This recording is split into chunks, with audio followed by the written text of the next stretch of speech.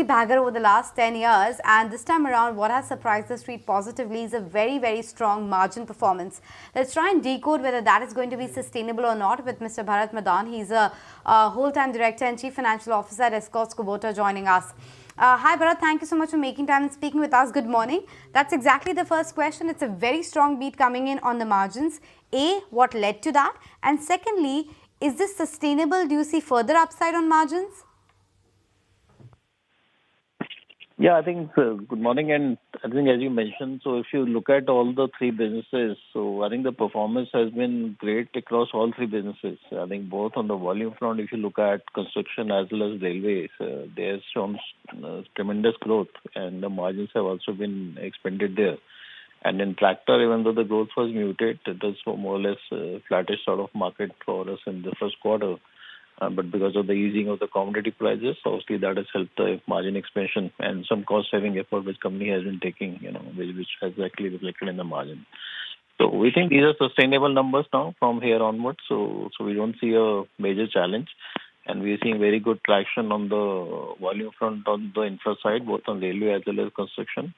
So we feel, I think this will be something which can be sustained, in the balance of year two. 14% margin is sustainable, but do you think it can go back to that 18% range also? Because historically we have seen that.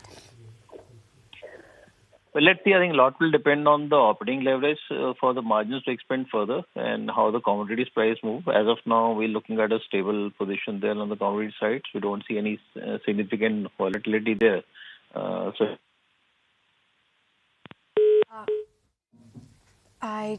Do we have Mr. Madan on the line? We seem to have snapped that connection, but it would have been interesting to garner a little more perspective as well. Maybe we'll just get him back on the line to talk a little bit more about the market share as well as what the outlook is in terms of Kubota, the new product launches as well. Do remember that the overall domestic tractor market share is about 9.7%. There has been a massive jump as well in their other income. Raw material costs as well have been at about 69.8%. That's Escorts Kubota for you. Anisha? But brokerages are quite positive. I mean, even if CLSA is maintaining a sell call, they are saying that margin improvement has surprised very positively. The valuations as per them is factoring in the significant market share, which is not going to be easy. So that's the headline coming in from there.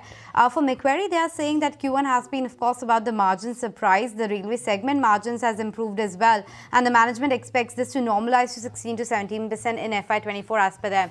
Bharat, sorry to have snapped that line, but just wanted to come back and discuss a bit more about the railway segment a bit, because of course it was the smaller part of the business, but it's scaling up quite well. Where do you see it headed from here on? And in terms of margins, is that 20% number sustainable for railways? So growth-wise, we see the momentum will continue because we've got a good order book now. Almost 950 crores of order book is there at the quarter end also. And we're seeing good ordering happening now from the government side this year. So we got some large orders, coming from the freight wagons category, where we have been supplying the brake systems. And we expect the momentum on the top line definitely will continue. On the margin, this quarter was slightly higher because there was some better product mix, which we were catering to in this quarter, which probably will not be there throughout the year. But I think 60-70% sort of margin in this year looks like sustainable margin for the railway business to higher revenue number. Your market share as well has declined 9.7% versus what we saw last quarter at about 10.9%. This is despite the fact that sequentially your volume growth has been quite steady. So what's the reason and how do you plan to ramp up your market share? So it will be incorrect to really look at on a sequential basis because this is a highly seasoned quarter and the season actually depends on the period side. Is the March quarter typically the last 6 months of the year are a good season months for a stronger market. So normally we have a higher market share in those 6 months. But if you really compare year on year, so the market share actually has moved up. And this is a wholesale market share. Obviously the retail numbers have been much stronger in quarter one. And we've done some channel correction for the inventory. But otherwise, the market share is looking up. Even we've seen it happening in July to now. So that trend is obviously upward. I wanted to get a sense from you on the tractor segment as well. In terms of volumes, what kind of growth are you expecting? Is it going to be high single digit or double digit as well? And what about the exports when it comes to tractors? So on domestic industry, we have given a guidance of mid-single digit growth for the full year. So we expect, and that's what we've seen happening. The first quarter was obviously subdued with about 2% degrowth in the industry. But July has seen some growth momentum to come in. So I think overall will look like domestic industry should give about mid-single digit growth now, and most of it probably will come in the second half of this year after the monsoon season is over, and we get more clarity on the distribution pattern also of the rainfall. On the export front, as of now, the general recession has conditions have been there in the overseas markets. We've seen the industry actually has taken a dip. It's almost 32% dip has happened in the industry. So I think that probably will take some time, for the recovery to happen in European and American markets. So, but in our case, we expect, I think, some pickup will happen from second half of this year on the export numbers too, especially since we'll be supplying to the Kubota network, and that export will start happening. All right, and given that, we are entering the election period, can you just walk us through what your expectation is from the tractor industry to grow? And can you tell us, on the back of the reduction in state subsidies, which have been the states that are getting impacted the most? Well, if you already know, the industry last year had hit a new peak, on the tractor industry side. And if a mid-single digit growth guidance for this year means it will be another peak which the industry will hit. And that obviously is coming on the back of closer to the normal monsoon. And obviously it's a pre-election year, so we expect some subsidy demand can also be there. Even though I think in certain states like Maharashtra, we've seen the demand has been lower on account of subsidy. So that has not really picked up the way we expected it to be.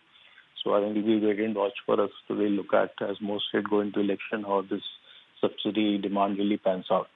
But otherwise, I think the industry will hit new peak this year again. Entities panning out, what's the timeline with respect to that? And the other question I wanted to get a sense from you is, in your numbers, how did the Kubota factor help you grow going forward? Do you see more synergies on account of that? Yeah, obviously. So that is the basis of this partnership with Kubota. And I think we have already given our midterm business plan. We have laid down the synergy which will emerge, in working together with the partner. So we expect more growth to come in, both on domestic side as well as on the export side. And the other categories also where we intend to enter into, including farm implements and harvesters, combine, etc., which can also give a good growth lever to the company, for future. Okay, Bharat, on that note, we'll let you go. Congratulations on a good set, and the margin is something that the street really likes. You're calling it sustainable, but at least in the railway segment, there might be a bit of a normalization that happens. That's a word coming in from the management. The stock holding up comfortably with a gain of around 3%.